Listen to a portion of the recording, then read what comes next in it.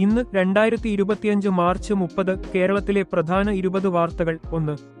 മുഖ്യമന്ത്രി പിണറായി വിജയൻ എമ്പുരാൻ സിനിമയ്ക്ക് പിന്തുണ പ്രഖ്യാപിച്ചു. അദ്ദേഹം സംഘ് പരിവാർ സിനിമയ്ക്ക് എതിരെ ഭീഷണി ഉന്നയിക്കുന്നുവെന്ന് ആരോപിച്ചു. 2. മാർച്ച് 30 നടന്ന അക്ഷയ ലോട്ടറിയുടെ വിജയികളുടെ നമ്പറുകൾ പ്രസിദ്ധീകരിച്ചു. 3.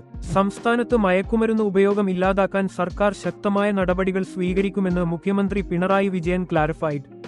4. കോഴിക്കോട് സർവകലാശാലയിൽ പുനർമൂല്യനിർണയത്തിന് നൽകിയ ഉത്തരക്കടലാസ് കാണാതായതായി വിദ്യാർത്ഥികൾ പരാതി നൽകി. 5. കോട്ടയം മെഡിക്കൽ കോളേജിൽ സുരക്ഷാ ജീവനക്കാരനെ മർദ്ദിച്ച കേസിൽ ഡിവൈഎഫ്ഐ പ്രവർത്തകർക്ക് കോടതി വെറുതെ വിടൽ. 6. കേരളത്തിൽ ലിംഫോമ രോഗബാധിതരുടെ എണ്ണം വർദ്ധിക്കുന്നു. ക്ഷീണം അനുഭവപ്പെടുന്നവർ ജാഗ്രത പാലിക്കണമെന്ന് ആരോഗ്യ വിദഗ്ധർ മുന്നറിയിപ്പ് നൽകി. 7. തമിഴ്നാട്ടിൽ നിന്ന് കേരളത്തിലേക്ക് മയക്കുമരുന്ന് കടത്തുന്ന സംഘത്തിലെ പ്രധാനിയെ പോലീസ് പിടികൂടി. 8. ഡൽഹി ക്യാപിറ്റൽസിനെതിരെ IPL മത്സരത്തിൽ സൺറൈസേഴ്സ് ഹൈദരാബാദ് ടീമിന്റെ മോശം തുടക്കം. 9. മുൻഭാര്യയെ ആസിഡ് ആക്രമണത്തിന് പ്രേരിപ്പിച്ച കേസിൽ പ്രതിക്ക് കോടതി 10 വർഷം കഠിനതടവ് വിധിച്ചു. 10.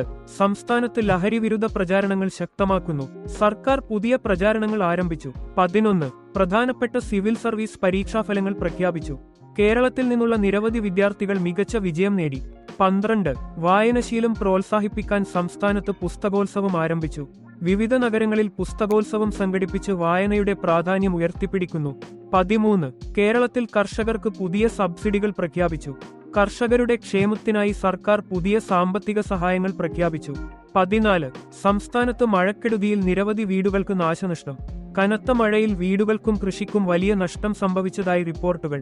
15. കോവിഡ് പ്രതിരോധത്തിൽ കേരളത്തിന്റെ മുന്നേറ്റം തുടരുന്നു. ആരോഗ്യവകുപ്പ് കൂടുതൽ പ്രതിരോധ പ്രവർത്തനങ്ങൾ ആവിഷ്കരിക്കുന്നു. 16. സംസ്ഥാനത്ത് വാഹനാപകടങ്ങളുടെ എണ്ണം വർദ്ധിക്കുന്നു. സുരക്ഷാ മാനദണ്ഡങ്ങൾ പാലിക്കാൻ പോലീസ് കർശന പരിശോധന ആരംഭിച്ചു. 17. പെട്രോൾ, ഡീസൽ വിലയിൽ മാറ്റം. ഇന്നു മുതൽ സംസ്ഥാനത്ത് ഇന്ധനവിലയിൽ ചെറിയ കുറവ്. 18. കേരളത്തിൽ വിനോദസഞ്ചാര മേഖല പുതുമകളിലേക്ക്. പുതിയ ടൂറിസം പദ്ധതികൾ പ്രഖ്യാപിച്ചു. 19. വിദ്യാഭ്യാസ മേഖലയിലെ നവീകരണത്തിനായി പുതിയ നടപടികൾ. വിദ്യാർത്ഥികളുടെ ആധുനിക പഠന സൗകര്യങ്ങൾ വികസിപ്പിക്കാൻ സർക്കാർ പദ്ധതികൾ ആവിഷ്കരിച്ചു. 20. സംസ്ഥാനത്ത് തൊഴിൽ സാധ്യതകളുടെ വർധന. പുതിയ കമ്പനി സംരംഭങ്ങൾ ആരംഭിച്ച് തൊഴിലവസരങ്ങൾ സൃഷ്ടിക്കുമെന്ന് റിപ്പോർട്ടുകൾ.